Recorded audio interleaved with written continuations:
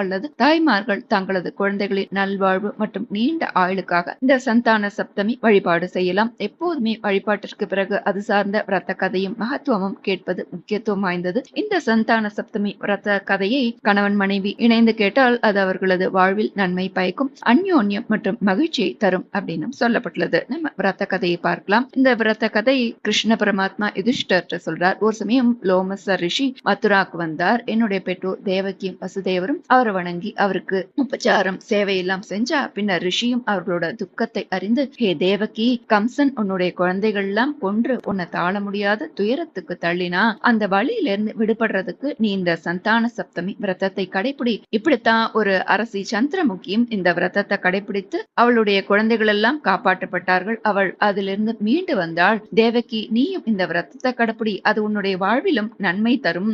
மீண்டும் உன் வாழ்வில் இது போல நடைபெறாதபடி மரண